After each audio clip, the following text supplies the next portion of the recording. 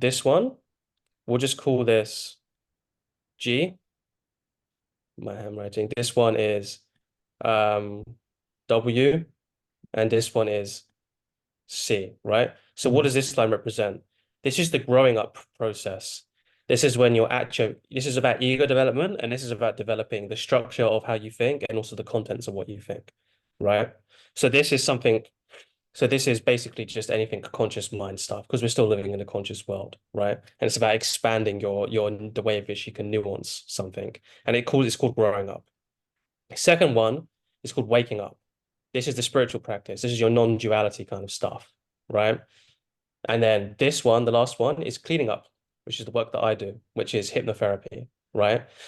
So what happens is that a lot of the time when we run into these issues like you're having, which is like a little bit of like kind of like confusion about clarity and a little bit of purpose, but mainly what you were saying was confusion around like integrating the yin and the yang and being actually moving into a thriving world.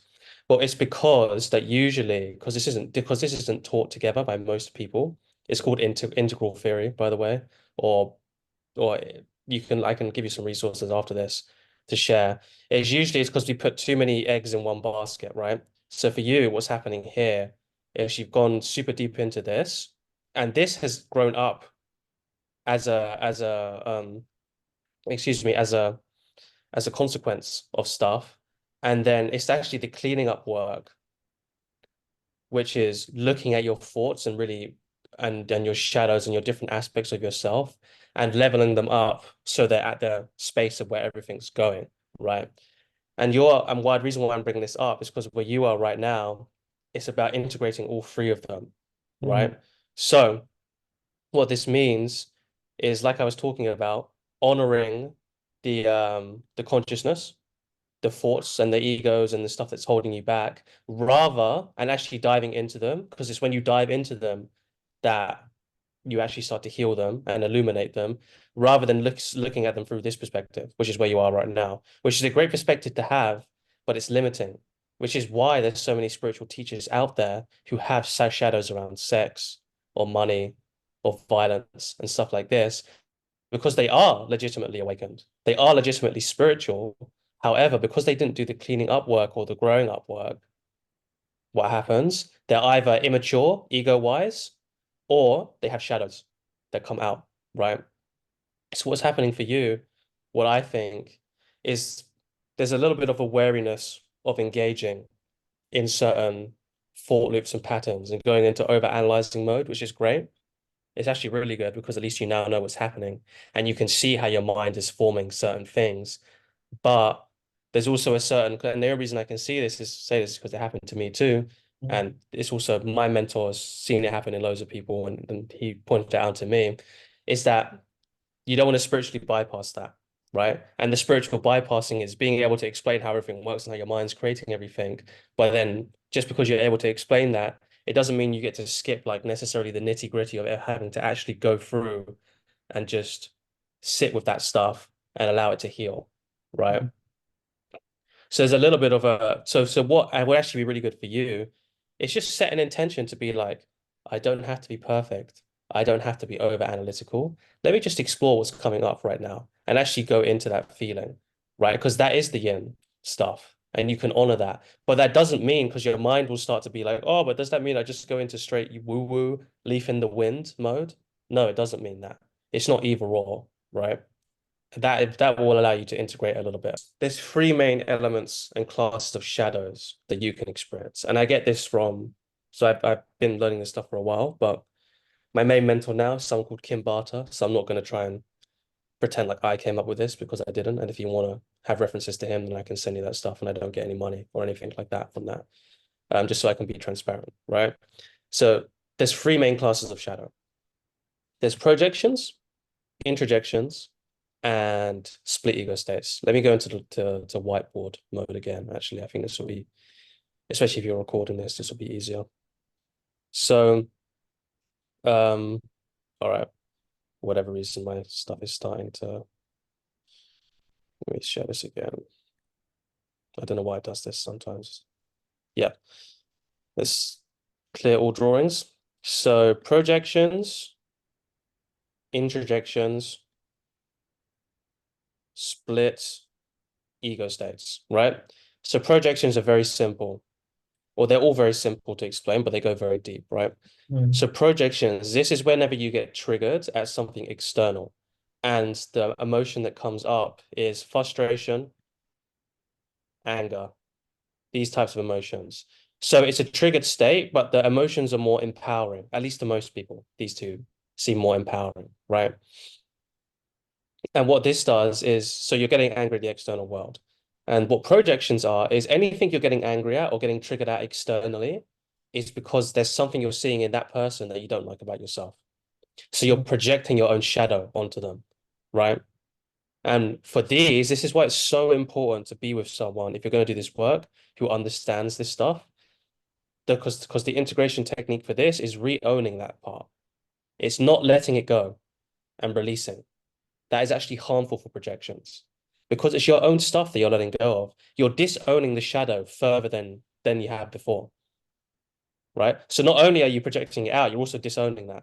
So it just pushes it farther and farther away from you. When actually that part just wants to be re-owned and reintegrated into you, right? Mm. And what you can do, just like a 5 minute little exercise in this, is catch yourself this happening with you, is you can actually visualize yourself going up to that person or that situation and taking that and literally reaching into that person and pulling it back into yourself. Or a question you can always ask yourself whenever you feel yourself getting projecting something that gets you out of the cycle like that is, what is it I'm seeing in that person that I don't like about myself? And it just takes you out of that loop, right? And just you illuminating that part of yourself and just you illuminating this is enough in and of itself to begin healing the shadow. And you can also have something called golden projections, right? When you project all of your these amazing qualities onto this person, what happens a lot with men actually, or straight men, is that they will, if a girl's beautiful or a woman's beautiful, they'll project all of these nice things onto her, and vice versa, right? Attractiveness and beauty is something that you can project onto someone. And this might be all well and good until it can also cause other issues, like other introjections or other split ego states, or when they don't live up to that idealized version of you of that you've made for them, it's heartbreaking for you. And also it stops intimacy from happening because you're not actually connecting with the person in front of you, you're connecting with the idealized version of them, right? So this is projections. And then you move on to introjections. This is when you feel anything that makes you feel pressured, fear, shame, guilt, anything that makes you feel smaller like that is an introjection. It's you taking on a judgment that isn't yours to begin with. So it's with these shadows, this is when all the releasing techniques are good because it was never you to begin with. It was something you took from someone else. So you let those go, right? So that's an introjection. So projections and introjections you have about equal in your psyche. And what you can do as an exercise now going forward is just to spot whenever these are coming up, right? And with introjections, the same one we've done before as projections, you go back to that person or that place that you learned it from, and you can visualize yourself giving it back to that person and being like, that's yours. I don't want that, you know? And you Mm. can actually use, this is when healthy anger comes in. You can use a little bit of healthy anger. It's like anger, if it's used in the right way, is a good emotional boundary because it flushes out the other stuff. And it can be like, I'm a fully grown man. Why am I? Who told me I still have to listen to what someone told me when I was 5 years old? I can do whatever I want, right? So that's an introjection. And then split ego states would be something like head, heart, and gut process, like you were just talking about. And this is whenever you feel confused or there's a lack of clarity, because there's more than one part of you that's vying for a seat at the table and being like, oh, I want to do this, and the other one's going, I want to do that, right? So for those, it's integration techniques that you need to use, which is basically you sit at the round table and everyone talks at the round table and shares their opinion. And also, it's very important to note that you don't treat the different parts as if they're equal because they are not, right? Because the inner part of you that's a child is not at the same level of ego development as you as a teenager. So you have to talk to them in the language which they understand, right? Whilst being also the loving unconditional witness, which you actually learn in like non-duality, but you identify with the observer, or you don't even identify with that, right? But the unconditional loving witness is what's key for all of this, which whatever comes up, I'm not going to entertain it necessarily. I'm not going to give energy into it, which I don't need to give. But I am here and I do have unconditional love for everything that's coming up, right? So that's a brief overview.